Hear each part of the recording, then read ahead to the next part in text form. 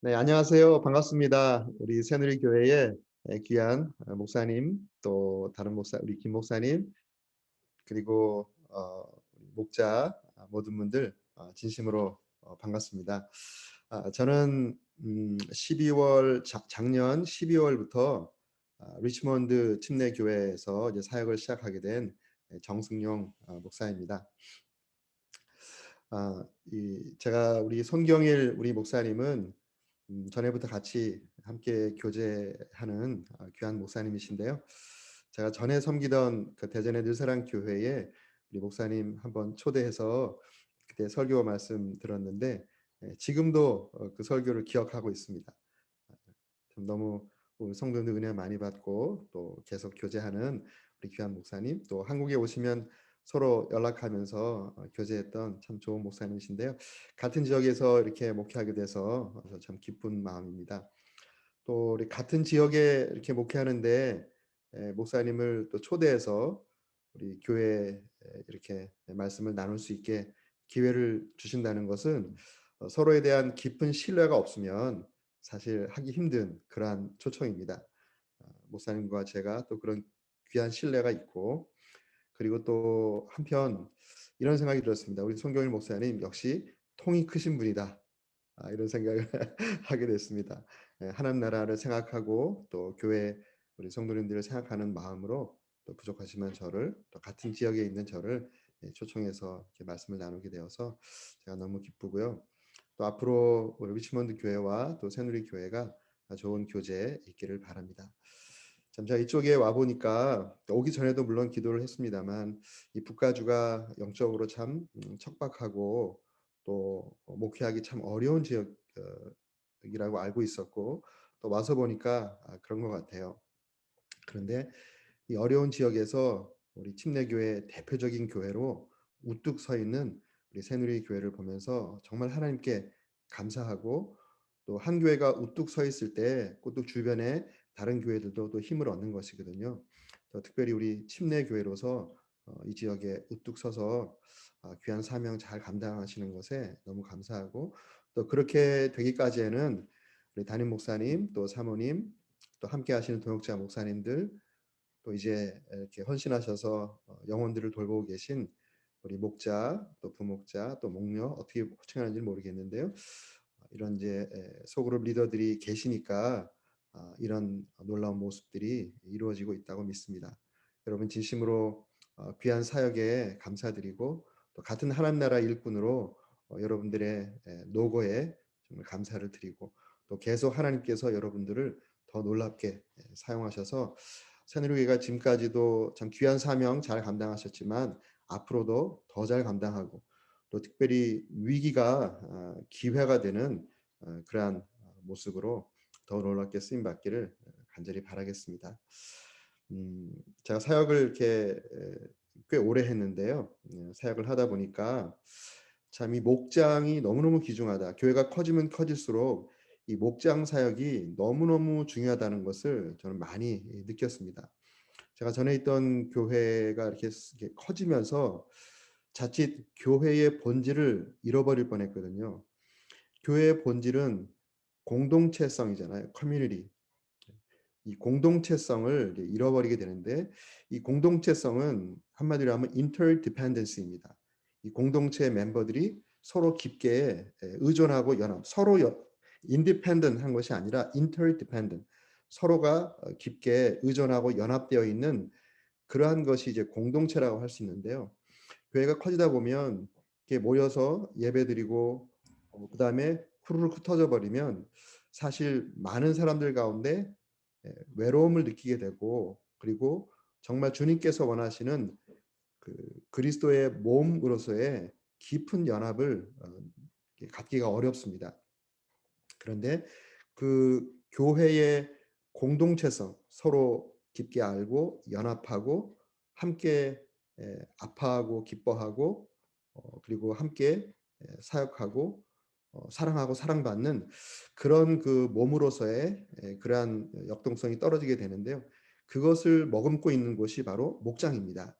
그래서 이 목장이 잘 운영되고 목장 사역이 잘 이루어질 때 교회가 아무리 커도 교회 본질에서 벗어나지 않게 되는 것이죠. 그리고 성도들이 이제 교회를 찾아오거나 또 전도되어 왔을 때 목장에 잘 연결되어서 공동체성, 서로 깊게 연합되는 공동체성을 유지한다면 그 교회에 남아서 바르게 신앙생활하고 또 교회가 무엇인가를 알고 성장하는 그러한 그 틀이 되더라고요. 그런 의미에서 이 목장 또는 소그룹, 이게 굉장히 중요한데요. 저는 이제 교회에 이런 그 구조가 있잖아요. Church with small group. 그러니까 스몰 그룹을 가지고 있는 교회, 이런 개념이 있는가 하면 Church of Small Group, 이런 개념이 있거든요. 스몰 그룹으로 이루어진 교회. 그러니까 스몰 그룹을 가지고 있는 교회와 스몰 그룹으로 이루어진 교회는 굉장히 다릅니다. 그래서 Church with Small Group은 이 스몰 그룹을 통해서 교회의 성도들을 어떤 면으로 이렇게 관리한다든가 또 이렇게 돕는다든가 이런 차원이지만, Church of Small Group은 스몰 그룹 자체가 하나의 교회면서 그 교회들이 또 연합되어서 더 큰 교회가 되는 것. 사실은 더 깊게 내려가면 우리 각자가 다 교회잖아요.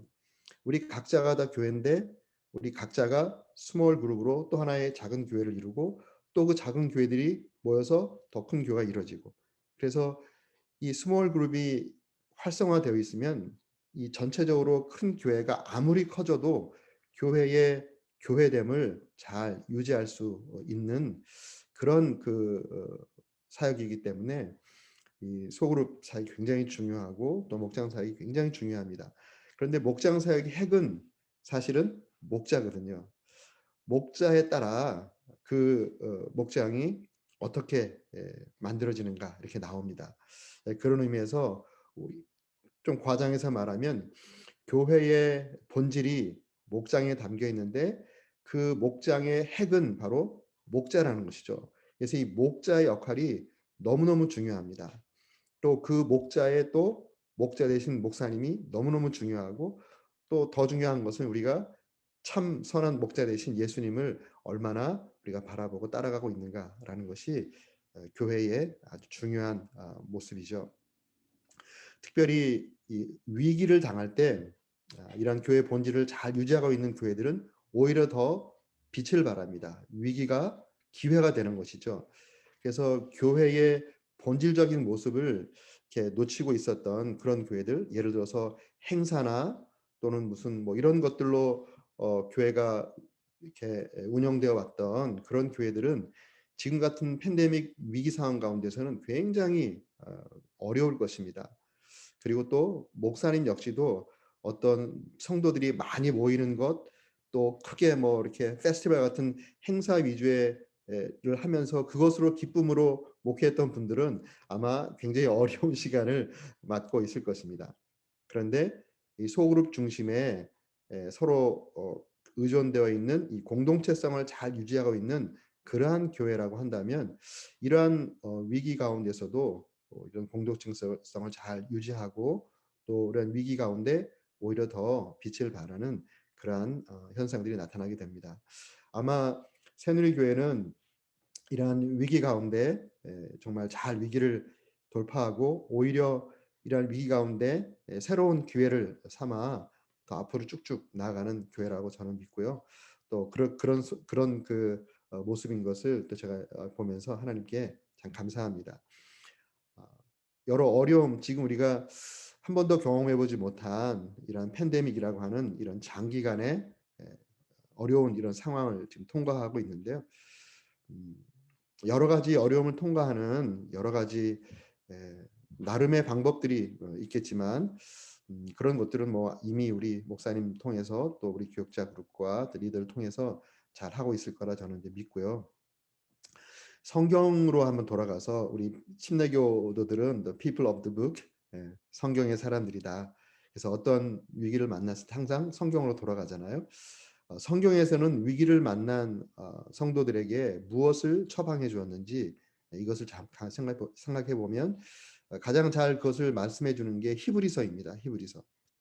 우리 히브리서를 보면 히브리서의 그 1차 독자되는 초대교회 성도들의 삶의 자리를 잠깐 엿볼 수 있는 그런 부분이 있는데요. 그 히브리서 11장 마지막 부분입니다. 거기에 보면 믿음 때문에 그들이 삶 가운데 어떠한 어려움을 당했는지 여기 보면 11장 35절에 보면 심한 고문을 받되 구차히 풀려나기를 원치 아니했다. 심한 고문을 받았다는 것이죠. 더 좋은 부활을 얻고자 해서 심한 고문을 받아도 어, 구차히 풀려나기를 원치 아니했고, 또 어떤 사람은 30절에 보면 조롱과 채찍질뿐만 아니라 결박과 옥에 갇히는 시련도 받았다. 돌로 치는 것과 토에 켜는 것과 시험과 칼로 죽임을 당하고 양과 염소의 가죽을 입고 유리하여 방황과 환난과 궁핍과 학대를 이제 받은 그러한 삶 가운데 있었습니다. 이러한 어려운 그 삶 가운데 이들이 신앙을 지키고 있었는데요. 지금 우리가 겪고 있는 이런 어려움과는 또 상대가 안 될 정도로 그 어려움 가운데 있었죠. 그러한 어려움 가운데 있는 성도들을 향해서 성령님의 그 처방은 한순간 진통제를 놓는 듯한 위로의 메시지가 아니었습니다. 뭐냐면 바로 예수를 바라보라는 것이죠. 예수를 바라보자. 그래서 히브리서에서 계속 나오는 것이 예수님이 어떠한 분인가라는 것을 구약을 배경으로 해서 계속 예수님을 소개하고 있는 것을 보게 됩니다. 히브리서 3장 1절에 보면 그러므로 함께 하늘의 부르심을 받은 거룩한 형제들아 우리가 믿는 도리의 사도이시며 대제사장이신 예수를 깊이 생각하라. 이 어려움 가운데 고난 가운데 예수를 깊이 생각하라. 이렇게 형제들에게 권면하고 있습니다. 또 4장 14절에 보면 그러므로 우리에게 큰 대제사장이 계시니 승천하시니 곧 하나님의 아들 예수시라. 우리가 믿는 도리를 굳게 잡을지어다. 예수님께 관심을 갖게 하고 그리고 예수님께서 말씀해 주신 믿는 도리, 복음의 도리를 굳게 붙잡고 있으라라고 이렇게 말을 하고 있습니다. 그리고 이제 히브리서 전체의 주제 구절이라고 말씀할 수 있는 히브리서 12장 2절에 보면 믿음의 주요 또 온전케 하시닌 예수를 바라보자라고 이렇게 권면하고 있는 것입니다. 우리가 어려움을 통과할 때 가장 기본으로 돌아가게 되는 것이죠. 그래서 예수를 바라보고 또 특별히 우리가 목자로 부름 받아서 목자의 사명을 감당할 때 선한 목자로 우리 앞서서 우리를 인도하시는 우리 예수님께 집중할 때 우리 어려움도 또 넉넉히 헤쳐나갈 수 있을 것으로 믿습니다. 그래서 이 짧은 시간이지만 예수님께서 선한 목자로 우리 앞에서 이제 걸어가시고 우리를 인도해 주셨는데요. 우리에게 맡겨주신 이 목자의 사명, 이것은 정말 어떤 사람의 지혜로 또 사람의 어떤 나이스함으로 어, 끝까지 감당할 수 없는 것입니다. 어느 일정 부분까지는 감당하지만 결국은 영혼들을 돌보는 영적인 사역이기 때문에 영성으로 하는 것이거든요. 목회도 사실 영성으로 하는 것이고 목회와 비슷한 이 목자의 사역도 결국 영성으로 하는 것입니다. 그래서 오늘 이제 제가 나누고 싶은 그 핵심적인 내용은 예수님께서 제자들에게 가르쳐 주기를 원하셨던 또 본을 보이기를 원하셨던 예수님의 영성이 어떠한 영성인가 한번 생각해 보고 또 우리가 다시 한번 주님 바라보고 또 영적인 그런 준비를 하고 또 이번 목장 사역에 임하는 귀한 시간 되시기를 바라겠습니다. 먼저 주님께서 제가 나누고 싶은 이제 첫 번째 그 요지는 목자로의 부르심에 관한 것인데요. 아마 너무나도 많이 들으셨을 것입니다. 요한복음 21장에 보면 예수님께서 이제 베드로를 부르시잖아요. 사실 베드로가 큰 소리를 빵빵 쳤지만 결국 결정적인 순간에 그, 그 화덕 옆에서 예수님을 부인하죠. 3번 부인하고 또 저주하며 부인하는 그러한 아픔을 겪게 됩니다. 나중에 주님 부활하시고 이제 예수님께서 베드로를 찾아가시죠. 제자들이 있는 곳에 찾아가셔서 그들이 갈릴리 바다에서 고기 잡는 그 현장에 찾아가십니다. 그리고 새벽녘에 마치 예수님을 부인했던 그 현장을 재현하듯이 화덕불을 피워놓고 또 생선을 구워 아침을 준비해 놓은 다음에 제자들을 맞이하십니다. 그리고 이제 그 제자들이 왔을 때 그 가운데 베드로에게 묻습니다. 내가 이 사람들보다 나를 더 사랑하느냐? 그때 베드로가 대답하죠. 주님 그렇습니다. 내가 주님을 사랑하는 줄 주께서 아시나이다. 그러면 내 양을 먹이라. 또 두 번째로 조금 있다가 내가 나를 사랑하느냐? 네, 주님 제가 주님을 사랑하는지 주께서 아시지 않습니까? 라고 또 이제 대답을 합니다. 근데 주님께서 그러면 내 양을 치라. 이렇게 말씀하십니다. 또 조금 있다가 세 번째 내가 나를 사랑하느냐? 라고 또 묻습니다. 그때 베드로가 근심이 되는 것이죠. 내가 두 번이나 말씀드렸는데 왜 세 번이나 물으실까? 근심하면서 내가 주님을 사랑하는지 주께서 너무 잘 아시는데 왜 묻습니까? 내가 주님을 사랑합니다. 그랬더니 이제 주님께서 그러면 내 양을 먹이라. 이렇게 말씀을 하십니다. 저는 이 말씀이 굉장히 중요한 말씀이라고 생각하는데요. 베드로에게 양을 치라 먹이라 그 말씀이 그 포이마이노라는 그러한 단어입니다. 포이마이노. 이것의 동사형이 명사형이 포이맨이라는 단어인데요. 포이마이노라는 단어는 목양을 하다 이런 뜻입니다. 포이맨 하면 목사라는 뜻이죠. 목사. 그래서 에베소서에 교사와 목사로 불렀다라고 했을 때 그 목사가 바로 포이맨입니다. 그럼 베드로에게 목자가 되어 달라. 목양을 해 달라라고 이렇게 부탁을 한 것이죠. 내 양, 너의 양이 아니라 내 양을 향해서 목회를 해다오. 목양을 해다오라고 베드로에게 부탁을 한 것입니다. 이 베드로를 어떻게 해석하느냐에 따라서 교회의 모습이 달라집니다. 이 베드로를 한 사람으로 볼 것인가? 베드로 한 사람, 베드로의 계통을 쭉 이어받은 한 사람으로 볼 것인가? 아니면 소수의 사람들로 볼 것인가? 아니면 이 베드로를 주님을 따르는 모든 제자들로 볼 것이냐에 따라 굉장히 달라집니다.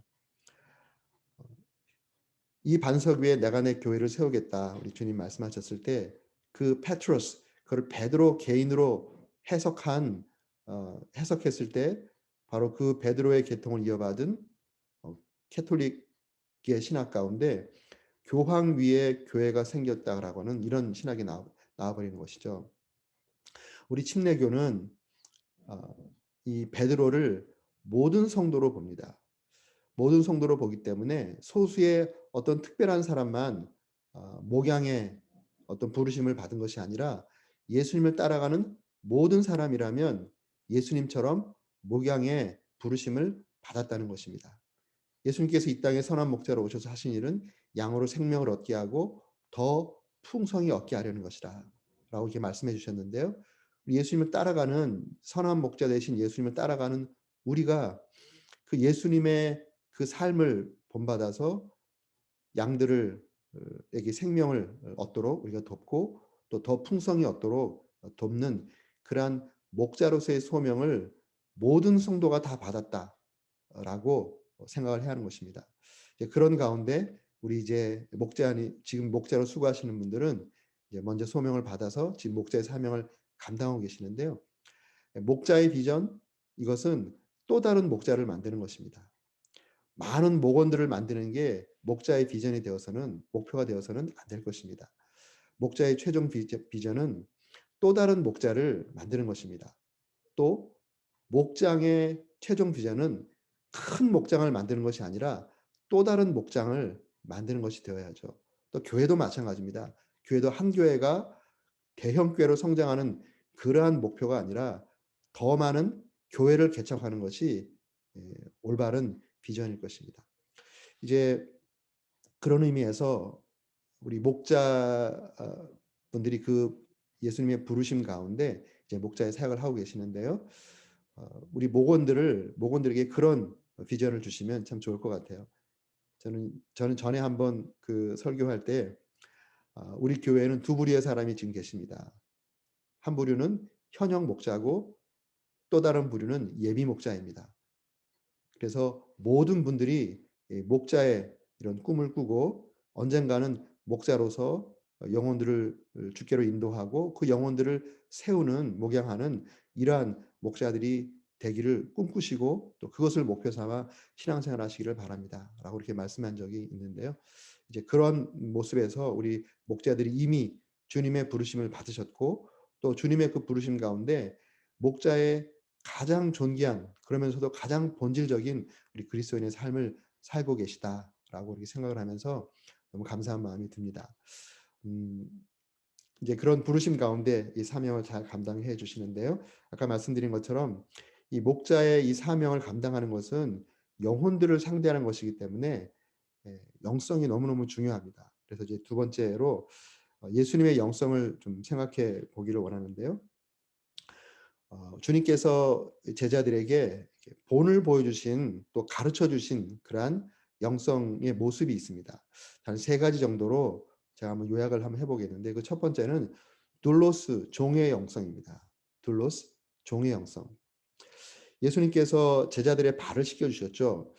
그 요한복음 13장에 보면 제자들의 발을 씻겨 주셨습니다. 그 당시 문화로서는 당연히 제자가 스승의 발을 씻겨 주는 것이 뭐 당연한 일이지만 예수님이 발을 씻겨 주셨습니다. 그러시면서 이렇게 말씀하셨습니다.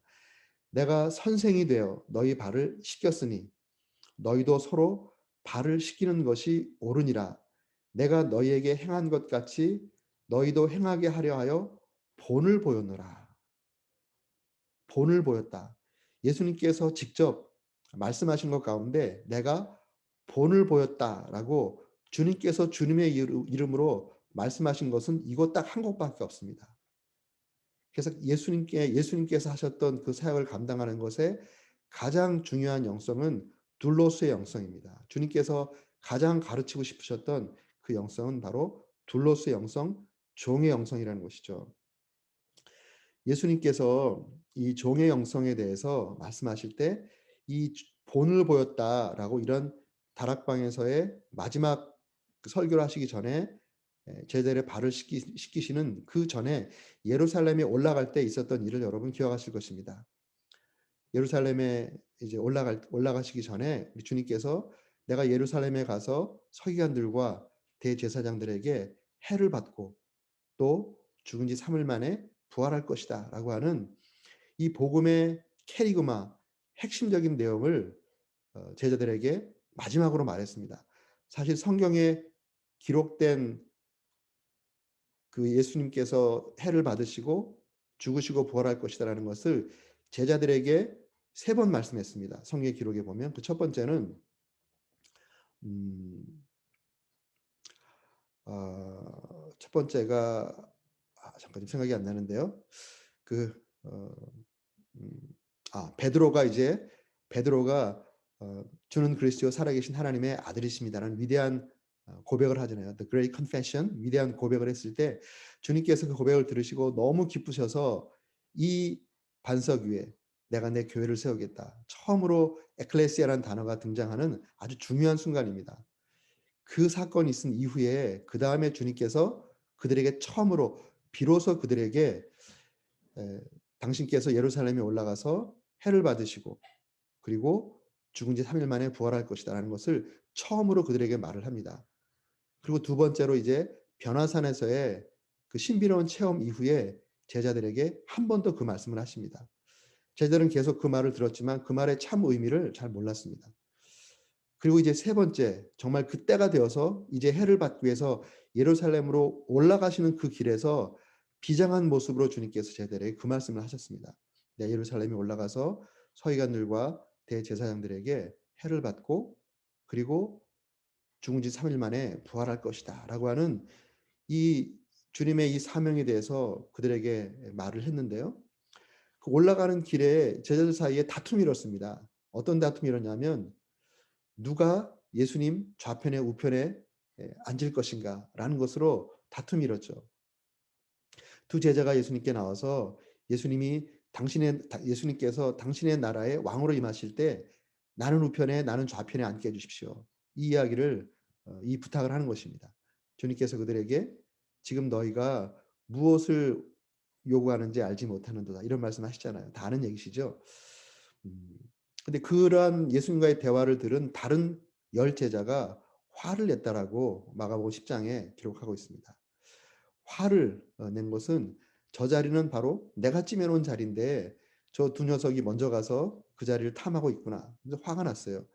이러한 상황 가운데 주님께서 하신 말씀이 마가복음 10장에 나와 있는 그런 말씀인데요. 마가복음 10장 잠깐 한번 보실까요?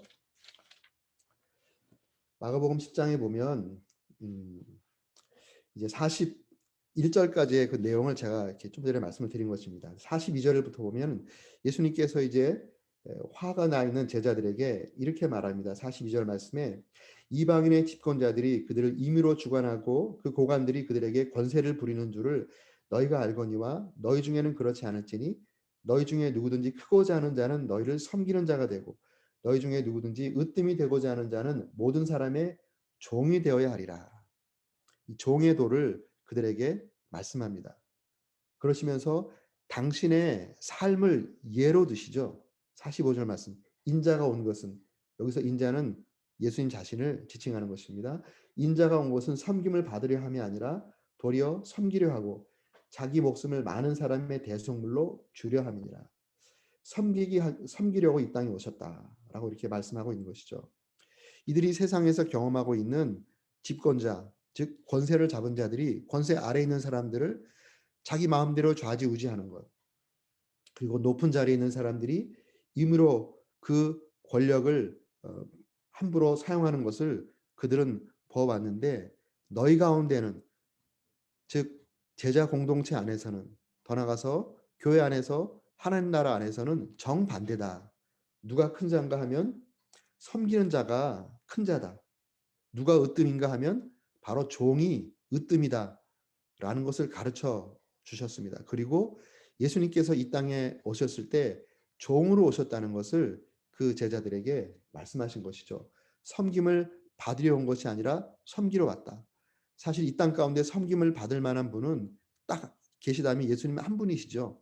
그런데 그 예수님이 섬김을 받으려 오신 것이 아니라 섬기러 왔다. 그 섬김의 클라이맥스는 곧 십자가죠. 십자가에 죽기 위해서 왔다. 이렇게 말씀을 하신 것입니다. 사실 우리 복음주의 지성적 복음주의의 아버지라고 할 수 있는 존 스타트 목사님이 예수님을 바라보고 예수님의 삶을 따라가기를 원한다면 바로 마가복음 10장 45절부터 시작하십시오. 이렇게 말씀을 하면서 마가복음 10장 45절을 The best summary of Jesus' life. 예수님의 생애의 가장 좋은 요약이다. 그래서 예수님을 닮기를 원하면 바로 이 구절부터 시작하라라고 이렇게 권면했던 것을 기억합니다. 이와 같이 예수님께서 종의 도를 굉장히 강조를 하셨는데요. 예수님의 이 종의 도를 배웠던 초창기에 우리 믿음의 선배들은 그것을 실천하려고 노력했습니다. 한 예를 보면 바울 같은 경우 바울이 부활하신 주님을 만나고 온전히 변화된 다음에 선교사로 또 영혼들을 세우고 교회를 세우고 또 복음을 변명함과 확정한다는 것은 지금 말하면 제자 양육이요 또 예수님의 표현을 들자면 양으로 더 풍성히 생명을 누리게 하는 그러한 이제 사역을 감당했던 사람이잖아요. 그가 이렇게 고백을 합니다.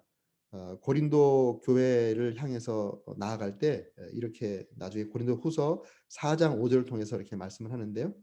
고린도후서 4장 5절에 이렇게 기록하고 있습니다. 우리는 우리를 전파하는 것이 아니라 오직 예수 그리스도의 주 되신 것과 예수를 위하여 우리가 너희의 종된 것을 전파함이라. 이렇게 말씀하고 있습니다. 사실 전에 저도 성경을 많이 읽었지만 예수 그리스도의 주 되신 것을 전파하는 것, 그것이 하나님 나라의 복음, 천국 복음이잖아요. 당연히 바울은 천국 복음을 전파하러 갔다라고 이렇게만 생각하고 이 구절을 그냥 휙 지나가 버렸는데 예수님께서 본을 보이신 종의 도를 깨달은 다음에 이 성경을 보면서 제가 굉장히 제 자신을 돌아보는 그런 계기가 되었습니다. 이 예수의 주 되신 이것은 복음의 핵심이죠. 복음의 핵심, 캐리그마 복음의 핵심입니다. 그런데 또 그 예수를 위해서 우리가 너희의 종된 것을 전파한다. 이것은 우리의 종됨의 영성의 그릇 안에 이 복음을 담아서 전달한다는 것이죠. 우리가 복음을 전달할 때 그 복음의 내용도 중요하지만 컨텐츠도 중요하지만 컨테이너도 굉장히 중요합니다. 우리가 어떤 그릇에 담아서 전하는가 이거에 따라 그 내용물에 대해서 이미지가 달라지거든요. 우리가 복음을 전하고 또 영혼들을 양육할 때 어떠한 애티튜드와 모습으로 양육하느냐에 따라 그 양육의 내용이 예 바로 전달될 수도 있고 또 왜곡될 수도 있다는 것입니다. 그런 의미에서 예수님께서 종의 도를 제자들에게 굉장히 강조하시고 또 그 사건 이후에 실제로 이제 예루살렘에 올라갔을 때 제자들의 발을 씻기시면서 "너희도 이와 같은 삶을 살기를 바라면서 내가 본을 보였다."라고 말씀한 것입니다. 그러면 예수님께서 보여주신 그 종의 도의 구체적인 모습은 무엇일까 한번 제가 생각을 해 봤습니다. 우리 예수님의 그 이 땅에 오심을 그 성령께서 그 바울을 통해서 이제 저희들에게 가르쳐 주셨는데요. 그것이 빌립보서 2장 6절 이하에 기록이 되어 있습니다. 그는 근본 하나님의 본체시나 하나님과 동등됨을 취할 것으로 여기지 아니하시고 오히려 자기를 비워 종의 형체를 가지사 사람들과 같이 되셨고 사람의 모양으로 나타나사 자기를 낮추시고 죽기까지 복종하셨으니 곧 십자가에 죽으심이라. 이렇게 이제 말씀하고 있죠. 여기서 그 예수님이 이 땅에 오셨을 때 그 모습을 뭐라고 말씀하고 있냐면 자기를 비워 종의 형체를 가지고 사람들과 같이 되셨다. 그리고 사람의 모양으로 나타나셨다. 예수님의 이 땅에 오심부터 둘로스의 형체를 가지고 이 땅에 오셨다는 것입니다.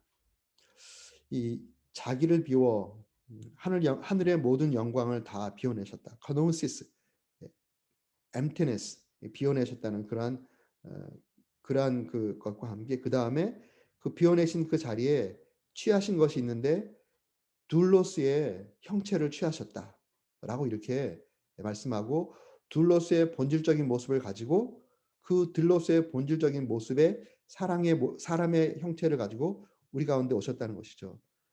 종의 사람 종된 모습으로 사람의 형체로 이 땅에 오셨다는 것입니다. 이것이 어떤 걸까라고 해서 제가 NIV 성경을 보니까 이 부분을 어떻게 번역을 해 놨냐면요. made himself nothing. 카노시스를 made himself nothing 이렇게 번역을 했더라고요.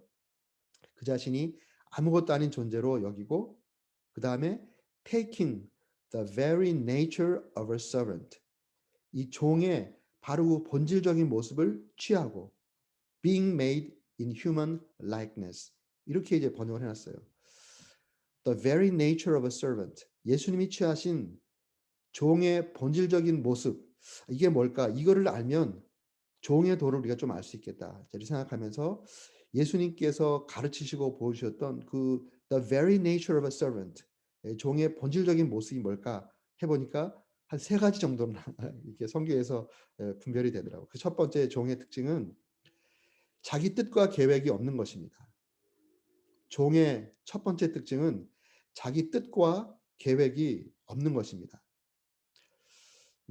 주님께서 이렇게 말씀하셨습니다. 가르치셨습니다. 요한복음 6장 38 절에 보면 내가 하늘에서 내려온 것은 내 뜻을 행하려 함이 아니라 나를 보내신 이의 뜻을 행하려 함이니라.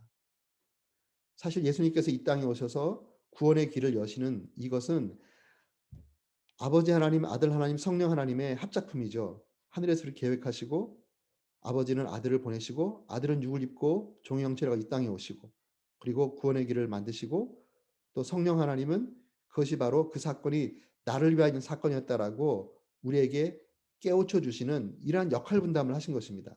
그래서 예수님이 사실은 이 땅에 오셔서 하시는 일을 사실 하늘에서 이미 다 같이 계획하고 아셨죠. 그렇지만 모든 것을 비워내시고 종의 본질적인 모습을 취하시고 육을 입고 이 땅에 오셨을 때는 마치 그것을 다 모르는 것처럼 자기 뜻을 행하려 온 것이 아니라 나를 보내신 아버지의 뜻을 행하려 왔다. 라고 이렇게 제자들에게 가르친 것입니다. 예수님에게 중요한 것은 아버지의 뜻이었습니다. 종의 모습으로 이 땅에 왔을 때 예수님께 중요한 것은 아버지의 뜻이고 아버지의 계획을 이루시는 거죠. 종은 자기 계획을 세우지 않습니다. 종은 자기 뜻이 없는 사람입니다. 종을 향한 계획은 주인이 세우는 거죠. 종을 향한 뜻은 주인이 세우는 것입니다. 그 종은 자기를 향하신 주인의 뜻을 자기 뜻 삼으면 되는 것입니다. 종은 주인이 자기를 향해서 세우신 계획을 자기 계획 삼으면 그것이 바로 올바른 종입니다. 그런 의미에서 우리가 종의 도를 가지고 예수님을 섬긴다, 또 예수님의 양들을 섬긴다라고 했을 때 내가 어떤 계획을 세우고 내가 어떤 뜻을 세우는 것을 지향해야 됩니다. 저는 목회를 하면서 그래서 제 스스로 목회 계획을 세우지 않습니다. 주님께서 말씀을 통해서 감동해 주시는 것, 그것이 바로 저의 목회 계획이고 목회의 뜻입니다. 어 그런 의미에서 늘 그렇게 주님께 붙어 있으려고 이제 애를 쓰고 있습니다. 제 사실 원래 제가 헌신하면서 원래 계획은 저는 일본 선교사가 되는 게 저의 계획이었고 뜻이었습니다. 그래서 이제 일본 선교사가 되기 위해서 사실 미국 유학을 왔거든요. 저는 미 영어를 전공하고 또 일본어를 부전공했습니다. 그래서 이제 이토우츠라고 하는 일본 그 3대 종합무역 상사에 취업을 하게 되었는데요. 거기에서 이제 일을 하다가 이제 때가 되었을 때 정말 더 이상 이제 '내가 이 길을 갈 수 없다. 이제 소명대로 이제 신학을 해야 되겠다.' 그리고 신학교에 가서 갔는데 그때 이제 하나님께서 저를 이렇게 소명하는 것처럼 저를 이제 다시 한번 또 부르셨습니다. 그래서 그때 이제 일본 선교사가 되기로 나름대로 계획을 세우고 이제 신학교에 가게 되었는데요. 신학교에서 이제 그런 소명을 받게 됐는데요. 일본 선교를 하기 위해서는 한국 선교사로 일본 영혼들에게 다가가는 것보다는 이제 미국적인 백그라운드를 가지고 일본 영혼들에 가는 게 좋겠다. 그 생각을 했습니다. 제가 이제 일본 회사에서 일본 사람들하고 얘기할 때 또 처음 만나는 일본 사람들하고 소위 쇼바이 한다 그러잖아요. 비즈니스를 하는 그런 상황 가운데서는 절대로 일본말을 먼저 하지 않습니다. 일본말을 할 수 있지만 일본말을 먼저 하지 않습니다. 아무리 일본말을 잘해도 일본 사람보다 못하기 때문에 일본말을 먼저 하지 않고 영어로 이제 말을 시작하면 다 그 비즈니스 현장에 있는 친구들이기 때문에 영어를 쪼금씩은 다 하죠. 어 그들보다는 제가 영어를 잘하기 때문에 뭐 영어 같이 소통하려고 막 쩔쩔맵니다. 그러면서 이제 각각 소통을 하다가 중요한 순간이 되면 제가 이제 일본말로 이제 말을 시작하면 너무너무 좋아하면서 저의 사람이 돼 버립니다. 이제 그런 경험을 이렇게 살려서 '내가 미국적인 백그라운드를 가지고 일본 선교사가 됐으면 좋겠다.' 그리고 이제 미국 유학을 이제 오게 되었는데요. 미국 유학 와서 이제 일본 선교를 준비하는 그런 과정 가운데 하나님이 저를 교회의 사역자로서 저 자신을 이렇게 만들어 가시는 거예요. 그래서 이민교회에서 사실 처음 5년 동안은 전도사 부목사 하면서 티피컬한 이민교회에서 정말 어 고생을 많이 했습니다. 이민교회 상황이 어떤지도 그때 제가 배우게 됐고요. 또 우리 이민해서 생활하시는 우리 성도님들의 삶의 자리가 어떠한 자리인지, 어떠한 치열한 현장에서 정말 주님을 섬기며 살아가는지 그런 것들을 제가 몸으로 이렇게 느끼고 배우고 했습니다. 그리고 이제 5년 지난 다음에 일본 선교사가 나가려고 하는데 하나님께서 또 막으시는 거예요. 그러더니 이제 오클라호마 놀만에서 유학생들이 주로 있는 그쪽 교회에서 이제 담임 목회를 하게 하셨습니다. 그 담임 목회 5 년을 하면서 이제 목회에 대해서 많이 배우게 됐죠. 그렇지만 저는 계속 일본 선교사가 되기 위해서 이렇게 준비를 하고 있었어요. 이제 IMB에서 파송받을 수 있는 모든 준비가 다 됐습니다. 제 아내도 공부하고 저도 공부하고 또 목회 경력도 이제 쌓았고 또 스테러스도 다 해결이 됐고 그렇게 해서 이제 일본 선교사로 이제 어플라이 하려고 하는데 하나님께서 저를 제가 전도사였던 대전의 느슨한 교회로 저를 인도하시는 겁니다. 그때쯤 됐을 때 어 제 마음 가운데 굉장히 아주 갈등이 컸습니다. 저는 분명히 어 일본 선교사가 되려고 이렇게 준비를 하고 또 공부도 하고 지난 10 년을 이렇게 준비해 왔는데 '하나님의 계획은 다르신가?' 이러면서 굉장히 고통스러운 시간을 갖게 됐습니다. 그런데 결국 저는 주님의 종이니까 '주님께서 원하시는 대로 제 삶을 드려야지.' 이런 생각으로 주님께 제 삶을 드리게 되었습니다. 일본 선교도 마음을 먹었는데 한국에 나가서 사역을 하는 것 뭐 훨씬 더 쉽지 않습니까? 그래서 한국에 선교 나간다 이런 마음으로 사실 나가게 됐습니다. 그 당시에 좀 제 얘기만 해서 죄송합니다만 그 당시에 제가 이제 박사과정을 이제 마쳤기 때문에 심신해서 교수로 오라 그러기도 하고 또 미국의 얼바인 쪽에서 담임 목사로 왔으면 좋겠다 이런 초청도 있었고 이런 상황 가운데서 사실 당시에 늘사랑 교회는 가건물 교회로 자그마한 교회였습니다. 근데 하나님께서 자꾸 제가 전도사로 있었던 그 교회로 저를 인도하시는 결국 이제 말씀으로 인도하셨는데 여호수아서 1장 말씀으로 저를 그쪽으로 인도하셔서 선교 간다 하는 마음으로 이제 가게 되었는데요. 지금 21년 사역을 마치고 이제 이쪽으로 다시 이제 복귀하게 됐는데요. 돌아보면 하나님께서 제가 개인적으로 나가서 선교하는 것보다 그 교회를 통해서 보내는 선교를 할 수 있도록 인도해 주셨습니다. 그래서 제가 생각했던 다른 차원의 선교를 하게 하셨습니다. 21년 동안 저희 늘사랑 교회를 통해서 제가 있는 기간 동안에 파송받은 선교사가 22가정입니다. 22가정이 파송이 됐습니다. 이런 걸 생각해 보면 또 제가 일본에 가려고 했었잖아요. 근데 어느 분이 또 어느 가정을 또 일본으로 보내게 하셔서 그분이 지금 일본에서 저 대신 사역을 잘 감당하고 있습니다. 그리고 이제 저희 교회에 디아스포라 비전을 주셨는데 하나님이 저를 그냥 불러내서 우리 디아스포라 한인 우리 이민 사역을 할 수 있도록끔 이쪽으로 또 부르셨습니다.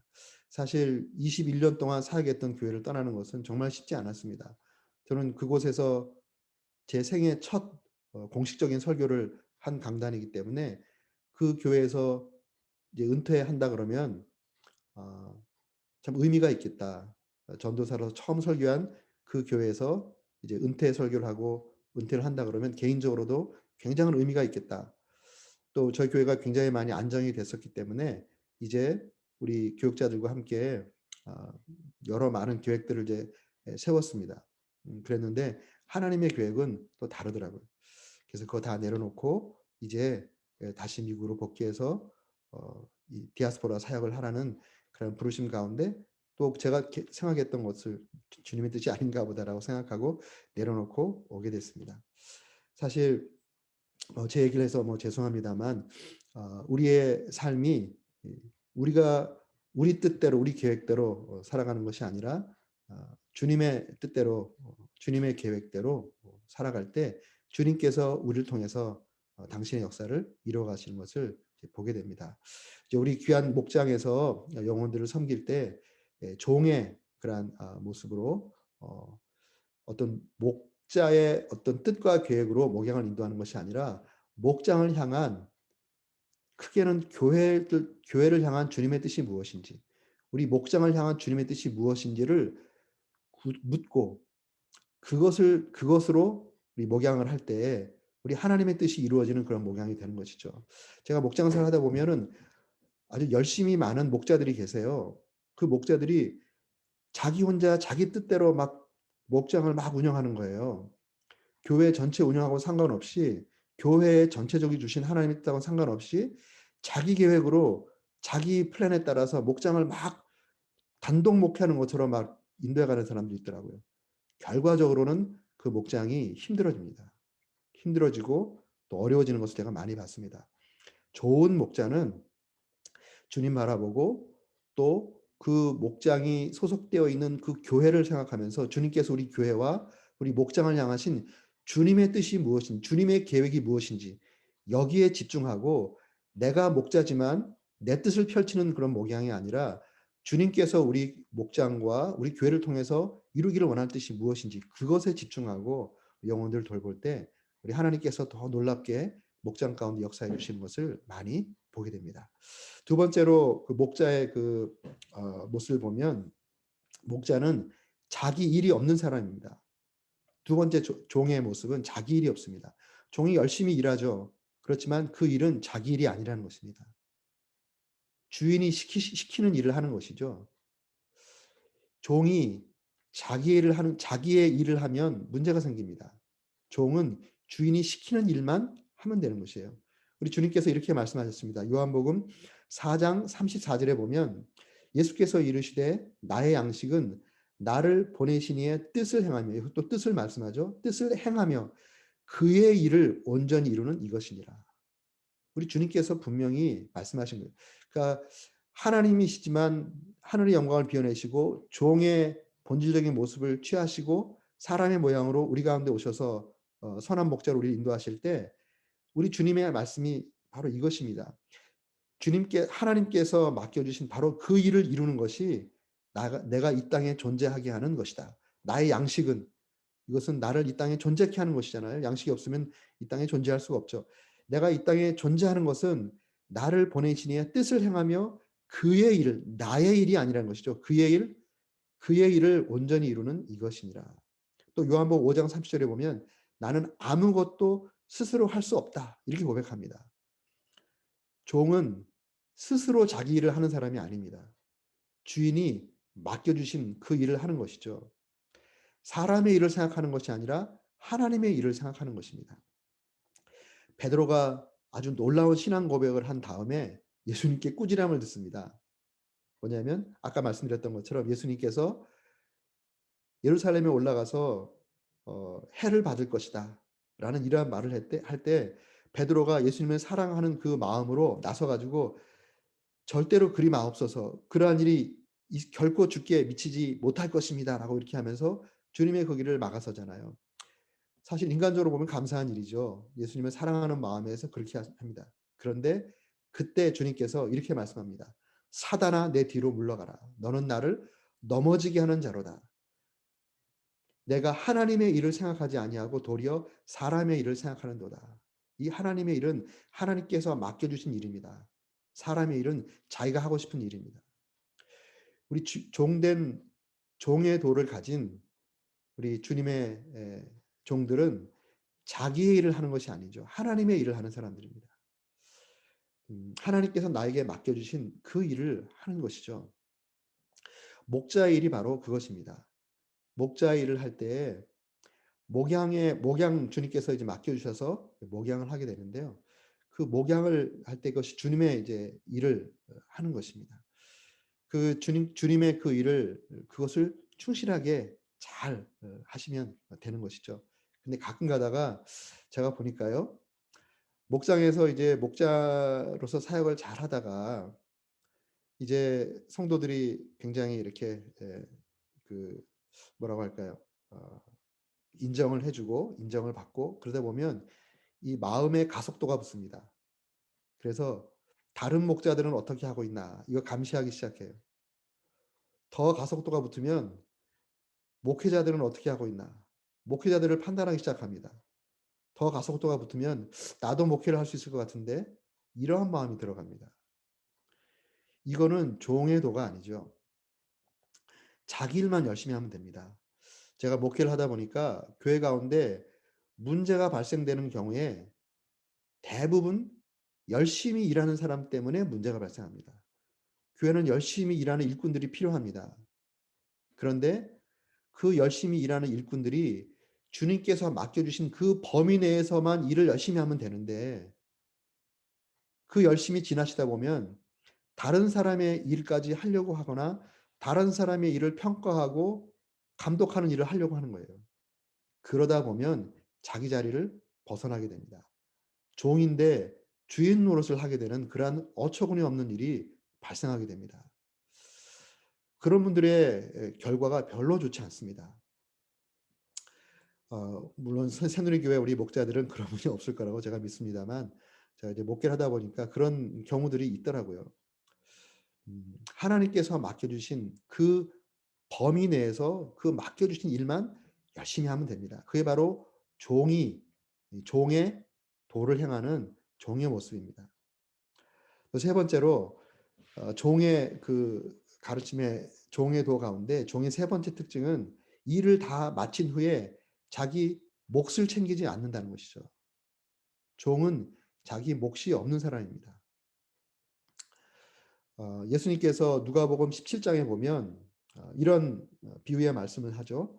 어 들에서 열심히 양을 치거나 밭을 간 그 종이 밭에서 돌아왔을 때 주인이 "내 수고하고 왔으니까 내 밥상에서 같이 밥을 먹자."라고 하지 않는다고 주님께서 말씀하십니다. 오히려 열심히 일하고 온 종에게 내가 먹을 밥상을 준비하라고 합니다. 그럼 그 종이 밥상을 준비하죠. 그리고 그 이후에 주님께서 하신 말씀이 명한 대로 하였다고 17장 9절 말씀입니다. 명한 대로 하였다고 종에게 감사하겠느냐? 이와 같이 너희도 명령받은 것을 다 한 후에 이르기를 우리는 무익한 종이라 우리가 하여 할 일을 한 것뿐이라 할지니라. 이것을 볼 때 이 종은 자기가 행한 일에 몫을 챙기는 사람이 아닙니다. 자기가 행한 일을 한 이후에 나는 주께서 맡기신 그 일을 단지 행한 것뿐입니다. 나 같은 사람에게 이러한 일을 맡겨주신 것 자체만으로도 이미 큰 상급을 받았습니다. 감사합니다. 라고 하면서 조용히 그 사명이 끝났을 때 무대 뒤로 사라지는 것이 종의 모습입니다. 저는 이것이 굉장히 중요하다고 생각합니다. 예수님도 그러한 모범을 보이셨습니다. 이 땅 가운데 십자가를 지는 그 어마어마한 사명을 감당하시고 그 몫을 그 영광을 이 땅에서는 취하지 않으셨습니다. 예수님의 그 종된 삶의 그 몫은 하늘에서 받으셨죠. 상급은 하늘에서 받으셨습니다. 이것이 바로 우리 종된 주님의 일꾼들로 주님을 따라갈 때 우리가 취해야 할 그러한 생각이고 모습입니다. 아, 우리가 사역을 하다 보면 사역의 연륜이 쌓이면 우리도 모르게 우리 속에 공로의식이 쌓입니다. 내가 목자를 몇 년을 했는데, 내가 우리 교회 개척 멤버로 몇 년을 섬겼는데, 내가 안수 집사로 이 교회를 몇 년을 섬겼는데, 이러면서 공로의식이 쌓여요. 공로의식이 쌓이다 보면 조금만 섭섭한 마음이 들어가면 그것이 시험이 돼 버립니다. 그러면 그다음부터 교회에 거치는 자가 되는 것을 저는 많이 보았습니다. 우리 종된 이 종의 도를 가지고 사역하는 분들은 그 내가 이 땅에서 아무리 노력을 한다 할지라도 그 모든 공로는 십자가 밑에 묻고 내 상급은 하늘에서 받겠다. 이러한 마음으로 끝까지 종의 마음을 잘 유지하면 아무리 주님께서 높여주셔도 안심하고 높여줄 수 있는 그러한 자가 되는 것입니다. 우리가 이 땅 가운데 다 내려놓고 종의 모습으로 섬길 때 주님은 우리를 높여주십니다. 그런데 아무리 높여주셔도 끝까지 종의 마음을 견제하는 사람은 안전한 것이죠. 그런데 종의 마음을 놓쳐버리고 공로의식에 사로잡혀 있으면 스스로 높아지기도 하고 높아지려고 하기도 하고 또 높아진 그 자리에서 금방 시험에 빠져버립니다. 너무 죄송스러운 말씀이지만 정말 우리 주변에 저는 같은 목회자로서 우리 성도님들에게 좀 미안한 마음을 갖는 경우가 있는데요. 목회 잘하다가 마지막 순간에 그 수고한 그 몫을 챙기려고 하다가 모든 존경을 잃어버리는 목사님들을 저는 너무나도 많이 봤습니다. 그래서 제가 목회 하자마자 제 기도 제목이 있는데요. 어 아름다운 은퇴, 은혜로운 은퇴. 그러기 위해서는 어 '내 몫을 챙기지 않겠다.' 주님께서 교회를 통해서 수고한 것에 보답을 해 주시면 기쁨으로 받겠지만 '내 스스로 그런 것을 챙기지 않겠다.'라고 결심을 하고 거의 20 년을 기도했습니다, 지난교회. 떠나올 때 아무것도 요구하지 않았는데 하나님께서 저의 필요한 필요를 교회에서 채워 주셨어요. 근데 그걸 보면서 너무 감사하고 또 교우들이 음 어 은혜로운 그런 헤어짐이 있게 되었고요. 또 제가 또 우리 리치먼드 교회에 와서 처음부터 시작한 그 기도가 아름다운 마무리입니다. 아무리 사역을 잘하더라도 마무리에 자기 몫을 챙기려고 하다 보면 마지막에 사역한 모든 수고가 수포로 돌아가는 것을 저는 너무나 많이 봤기 때문에 그렇습니다. 이건 비단 목회자뿐만 아니라 성도님들도 마찬가지입니다. 사역 잘하시다가 마지막에 시험 드는 분들 많이 계세요. 우리 새누리교회의 우리 목자 또 안수 집사님들 한 분도 그런 시험에 들지 않기를 간절히 바랍니다. 그러기 위해서는 나는 이 땅에서 내 몫을 챙기지 않겠다. 사실 교회마다 얼마나 헌신하고 얼마 동안 헌신하느냐에 따라서 영적 지분이 있습니다. 이것은 부인할 수 없는 것이에요. 그런데 이 성숙한 종의 도를 가진 사람들은 이 영적 지분을 십자가 밑에 묻습니다. 영적 지분을 말하지 않아요. 주장하지 않습니다. 십자가 밑에 묻어버리고 나는 무익한 종이오니 내가 한 일을 한 것뿐입니다. 라는 종의 이 마음을 끝까지 가지고서 끝까지 가는 것이에요. 그런 분이야말로 공동체 가운데 으뜸이요 첫 번째 서 있는 자입니다. 이제 그런 모습으로 사역을 끝까지 잘 감당하시는 여러분 되시기를 주님의 이름으로 축원합니다. 아멘. 그리고 이제 시간이 많이 되었네요. 두 번째 제가 말씀드리려고 하는 것은 크로스 십자가 영성입니다. 아까 그 섬김에 대한 그러한 말씀을 드렸는데요. 섬김의 클라이막스는 예수님께서 보여주신 그 섬김의 클라이막스는 바로 십자가였습니다. 인자가 온 것은 섬김을 받으려 함이 아니라 도리어 섬기려고 자기 목숨을 많은 사람의 대속물로 주려 함이라 이렇게 말씀하셨습니다. 결국 이 십자가를 십자가 영성으로 이제 마무리를 하신 것이죠. 아, 십자가가 우리에게 여러 의미가 있을 것입니다. 바로 십자가는 우리가 주님을 따라가는 제자도에서도 너 자신을 부인하고 십자가를 지고 나를 따르라. 너 자신을 부인하는 것과 십자가를 지는 것은 같은 말입니다. 똑같은 표현을 똑같은 내용을 달리 표현한 것이죠. 우리가 십자가를 진다고 해서 우리가 십자가의 못을 받겠습니까? 그런 건 아니죠. 십자가를 진다는 그 말이 곧 우리 자신을 부인하는 것입니다. 우리 자신을 부인하는 것은 날마다 우리 자신을 향한 사망을 선포하는 것입니다. 바울이 예수님을 정말 인격적으로 깊게 만나고 그 입술에서 고백한 것이 있죠. 내가 그리스도와 함께 십자가에 못 박혔나니. 그런즉 이제는 내가 사는 것이 아니요 오직 내 안에 그리스도께서 사시는 것이라. 이제 내가 육체 가운데 사는 것은 나를 사랑하사 나를 위하여 자기 몸을 버리신 하나님의 아들을 믿는 믿음으로 사는 것이다. 이런 고백을 합니다. 음, 십자가 이 크로스의 영성은 자기 부인의 영성입니다. 내가 죽고 예수로 산다. 내가 죽고 예수가 산다. 내가 죽고 교회가 산다. 내가 죽고 목원들이 산다. 라고 하는 자기 죽음, 자기 부인 이러한 영성으로 우리가 사는 것입니다. 어, 바울이 고린도 교회를 향해서 15장 31절, 고린도서 15장 31절에 이런 표현을 하죠. 나는 날마다 죽노라. 사실 바울은 이미 그리스도 앞에서 한번 사망을 선포했지만 또 자기 자아가 살아나고 또 자기 자아에 근거한 자존심이 살아나는 이러한 것들을 늘 경험하면서 날마다 자기를 죽이는 그러한 고백을 합니다. 바로 이것이 우리가 필요한 고백이고 또 우리가 가지고 날마다 살아야 할 크로스의 영성입니다. 자기 부인, 자기 포기. 아,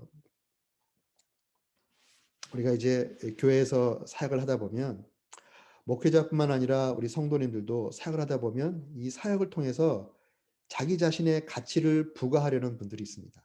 내가 이 정도의 사람이다. 어떻게 보면 자기 구현, 자기 실현 이러한 것들이 이 교회 가운데서 교회 사역을 통해서 그것을 도모하는 분들이 있습니다. 또 그것을 도모하지 않다 하더라도 결과적으로 그러한 모습을 자기도 모르게 생각하는 경우가 많이 있어요. 교회는 우리가 헌신하고 섬기는 곳이지 내 가치를 내가 이러한 사람이다. 이러한 종류의 사람이다. 라는 가치를 부과하는 곳이 아닙니다. 오히려 우리가 주님을 따라가고 주를 위해서 헌신함을 헌신할수록 내가 없어지는 것이죠. 내가 없어지는 것입니다. 점점 예수님께서 하셨던 것처럼 He made himself nothing. 나는 아무것도 아닙니다. 라고 하는 그러한 고백이 십자가 영성입니다. 하나님께서 모세를 쓰실 때 모세의 인생을 3주기로 나눠본다 그러면 첫 번째 40년은 I am somebody였지 않습니까? I am somebody. 그 다음에 두 번째 40년 광야에서 훈련을 받으면서 I am nobody, I am nothing. 이것을 이제 철저히 훈련받은 다음에 그 다음에 I am God's body. 나는 하나님의 사람으로 또 나머지 40년. 육신적으로는 힘이 많이 쇠했지만 가장 위대한 사역을 그때 감당하게 됐는데요. 주님께서 그 놀라운 80세부터 120세까지 사용을 하기 위해서 40년 동안 훈련하신 것이 십자가의 영성입니다. I am nobody. I am nothing. 이것을 훈련하신 것입니다. 우리가 목자로서의 사명을 끝까지 잘 감당할 수 있기 위해서는 I am nobody. 내가 아무리 오랫동안 사역을 많이 하고 아무리 목장을 많이 사역을 잘해서 목장이 분목하고 또 분목하고 또 분목하고 내 영적인 아들, 딸, 증손자, 증손녀가 나왔어도 I am nobody. 내가 죽고 예수가 살고 그 자리에 예수님의 향기가 풍겨나게 하고 나의 얼굴은 감추는 그러한 모습을 이룰 때 우리 하나님께서 정말 계속해서 여러분들을 놀랍게 사용하실 줄로 믿습니다. 제가 아침마다 드리는 기도가 바로 이 기도입니다. 저는 성막 기도를 하는데요. 이스라엘 백성들을 광야로 인도해 가는 그런 광야 교회로 이제 목회를 생각하면서 하나님께서 띄우시는 구름 기둥과 불 기둥을 제가 잘 보고 인도할 수 있도록 또 우리 성도들은 그 인도하심을 또 잘 따라가고 또 주님께서 멈추라고 하는 곳에 멈춰서 그곳에 성막을 치고 성막을 중심으로 질서정연하게 세 지파씩 성막을 향해서 텐트를 치고 머물러 있다가 또 구름이 떠올라서 행군을 하게 되면 또 움직여가고 철저하게 주님께서 인도하시는 그러한 교회, 그러한 목회가 되게 해 주십시오. 이렇게 이제 목양 기도를 하게 되는데요. 그러면서 이제 성막 안으로 들어가는 절차를 밟아서 기도하면서 지성소까지 들어가서 이제 기도를 하는 그런 기도를 합니다. 그런데 그 기도 포인트마다 동쪽 문에서 어 예수님의 그 유일성, 복음의 유일성, 하나님께로 나아가는 유일한 문, 동문 앞에서 기도하고 그다음에 마당에 들어와서 번제단에서 기도합니다. 예수님께서 우리의 번제 제물이 되어 주신 그것을 감사하면서 거기서 기도할 때 제 자신을 그때 그 번제단에 그 아침마다 올려 놓습니다. 하나님, 내가 다시 한번 제 제 오늘 하루의 삶을 어 거룩한 번제 리빙 세크리파이스로 이 번제단에 올려 놓습니다. 그러면서 이제 고백하는 성경 구절이 내가 그리스도 안에 십자가에 못 박혔나니 그런즉 이제는 내가 사는 것 아니요 내 안에 그리스도께서 사는 것입니다. 주님, 저는 오늘도 죽었습니다. 오늘도 죽은 채로 하루를 시작합니다. I'm nothing. 주님께서 일해 주십시오. 이런 고백과 함께 한날의 사역을 이제 시작하거든요. 그런 그 한날의 사역들이 이제 저의 사역을 만들어 왔는데요. 우리 사랑하는 귀한 우리 목자님들의 사역이 그렇게 아름답게 이렇게 계속 이어지기를 바라고요. 또 그렇게 목자가 열심히 일하고 목자가 없어졌는데 계속 주님께서 일하시는, 그래서 목자가 없어도 주님께서 계속 일해 나가실 수 있는 그런 목장이 이루어질 때 정말 주님께서 원하시는 주님의 양들로 세워지지 않을까 이렇게 생각을 합니다. 제가 미안하게도 제가 원래 계획했던 만큼의 강의를 다 하지 못했습니다. 제가 너무 욕심을 부렸던 것 같습니다. 어 혹시 다음번에 또 기회를 주시면 이어서 더 할 수 있겠는데요. 여기까지만 이렇게 오늘 하도록 하시면 정해진 시간이 지금 이제 11 시까지 다 되었는데요. 음 그 좀 아쉽게 생각을 하고요. 다음번에 혹시 기회가 되면 또 더 이어서 강의를 하도록 하겠습니다. 다시 한번 우리 귀한 목자 분들 축복하고요. 다시 한번 감사드리고 또 우리 이쪽 지역에서 이 우리 새누리 교회가 정말 많은 교회들에게 그늘이 되어 줄 수 있는 그러한 거목 같은 교회로 더 힘있게 성장해 가시고 또 우리 침례교회 이 멋진 모습을 더 아름답게 이루어 주시기를 부탁드리겠습니다. 감사합니다.